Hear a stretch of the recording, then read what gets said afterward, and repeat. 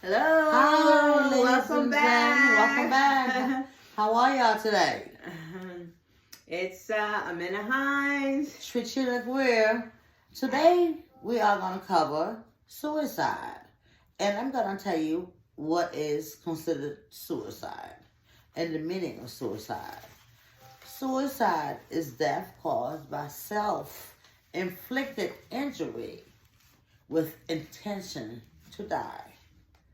Suicide is the 10th leading cause of death in the U.S. One person died by suicide about every minute. Every minute now, one person dies, according, from suicide.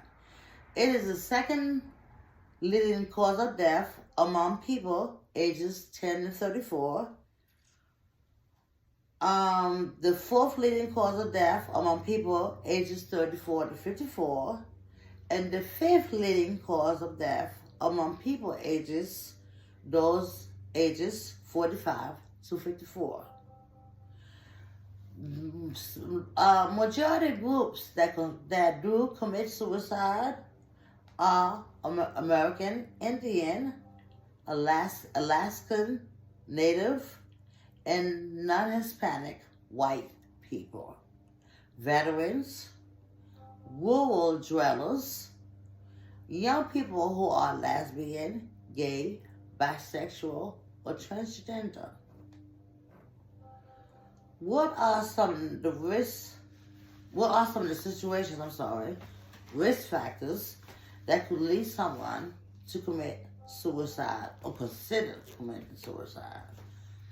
Although you may not know what might cause a friend or loved one to attempt suicide, there are at least some common characteristics to be aware of. Known factors that increase an individual risk of suicide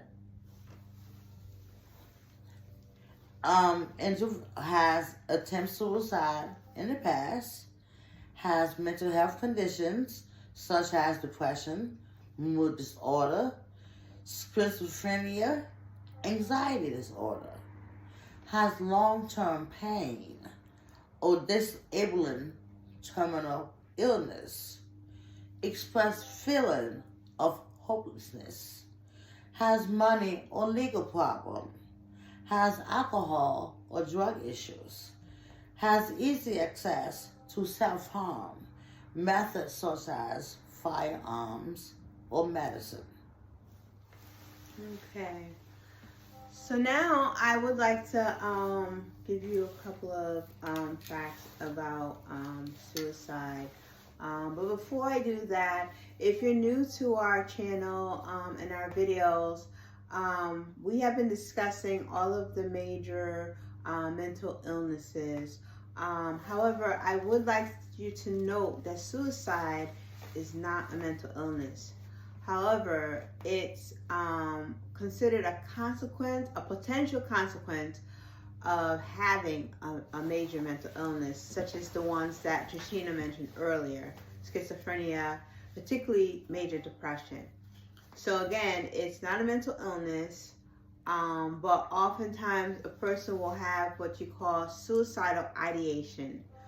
And what that means is simply the person is obsessed or preoccupied with the idea of suicide, and they're regularly thinking about how they're going to commit suicide, or they think thoughts like, well, what would it be like if I were no longer around?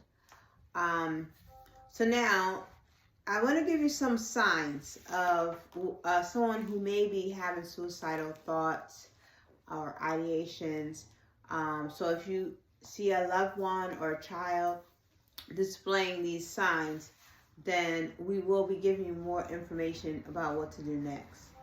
So 9 signs that someone may be having suicidal thoughts are severe sadness and moodiness. So when we say sadness, we're talking about long-lasting sadness that's persistent over a long period of time, wild mood swings, and also avoiding social activities and interaction. unexpected rage. All right, another one, as Christina mentioned earlier, is hopelessness. So in this case, they have a very little expectation of things improving in their life. A number one sign of sleep problems.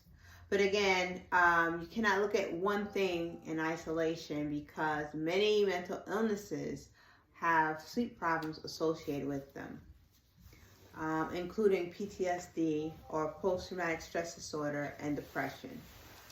All right, number 4 is a sudden calmness.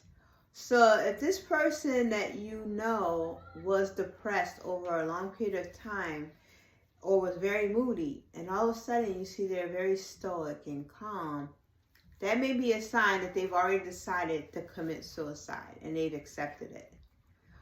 So beware. Another sign is withdrawal. So this could mean social isolation from family and friends, avoiding any kind of social activities or interaction, and particularly loss of interest or pleasure in activities that they used to enjoy. And please note as well that this is also a sign of depression. And it's one of the leading causes of suicide. Another sign is a person has changes in their personality and or their appearance. So, for instance, they might start speaking or moving in an unusual pace or speed, or all of a sudden they move so slow, or they become less concerned about their physical appearance.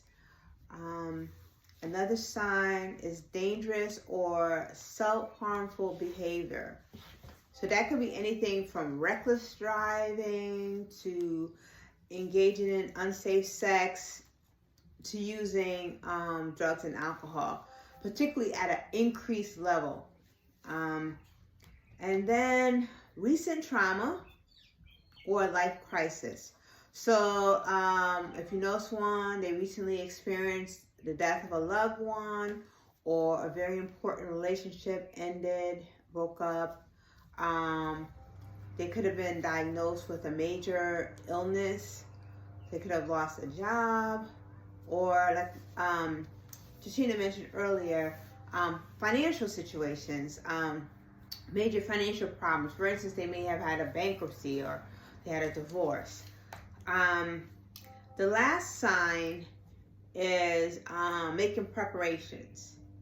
So if you see someone all of a sudden they're trying to put their financial house in order, their personal business, buying life insurance, or visiting family and friends, and that's not like something out of the norm for them, giving away personal possessions or belongings, that's a big sign right there.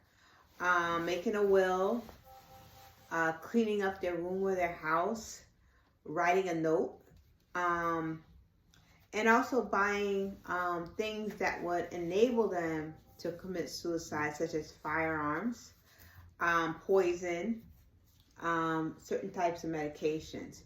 So again, just know that you cannot just look at one thing, and also note that suicide itself is not a mental illness, but is, if a person does, you know this person has a mental illness, there's a good chance that they could be experiencing suicidal thoughts if you see these signs.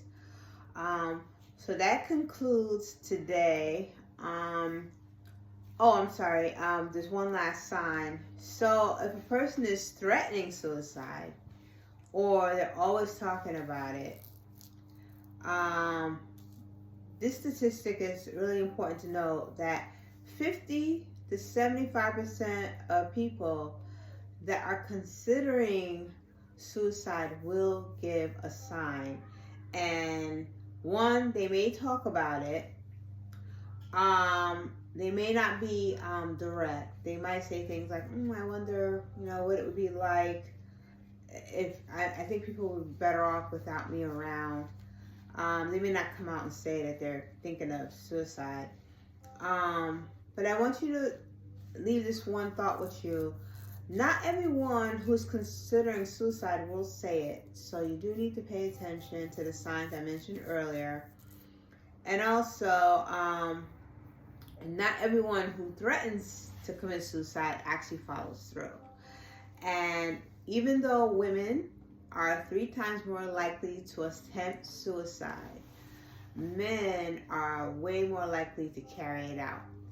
So keep those things in mind, and always take any threat to commit suicide seriously. It's not an attempt to get attention.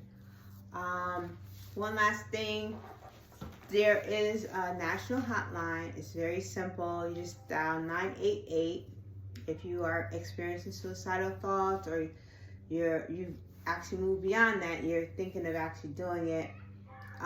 Or you can text 741-741. So please come back next week. Yes.